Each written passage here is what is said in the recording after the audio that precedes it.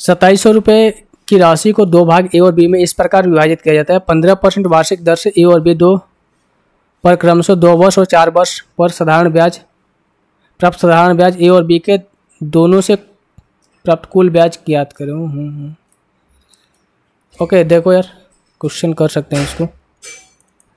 15% वार्षिक दर से ए और बी को 2 वर्ष और 4 वर्ष के लिए और दो पार्ट ₹2700 के दो भाग में, एक भाग आपका x है। ओके, तो अगर x राशि पर कितने 15% की वर्ष है, अगर 2 वर्ष के लिए मैं निवेश करता हूँ तो ये आपको साधारण ब्याज मिलेगा। और ये किसके बराबर है आपका 27,000 माइनस 1 हो जाएगा दूसरी राशि, और इस पर 4 वर्ष के लिए 15% के निवेश करता हूँ तो ये आपका बराबर है। तो 100 से 100 कट जाएगा, यहाँ से 15 से 15 कट जाएगा भाई, 2 से ये कटेगा 2 बार में, तो हो जाएगा कितना आपका 27 दूनी का 54। तो हम कह सकते हैं यहाँ पर x बचा और 2x कितना हो जाएगा 3x, यानी कि 54,000 इक्वल्स टू ये हो जाएगा ax और ये 2x कितना हो गया 3x, 3 से कटेगा कितने बार में आपका 18 3 54 18,000।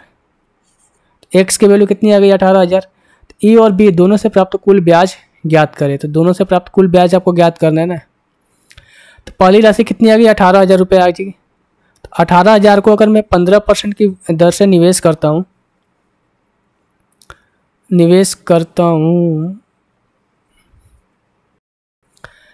तीन वर्ष, कितने वर्ष के 2 वर्ष के लिए बटे में 100, तो यहाँ से जो ब्याज आपको निकल कर आएगा 15 दूनी का 30 18 3 54 5,400।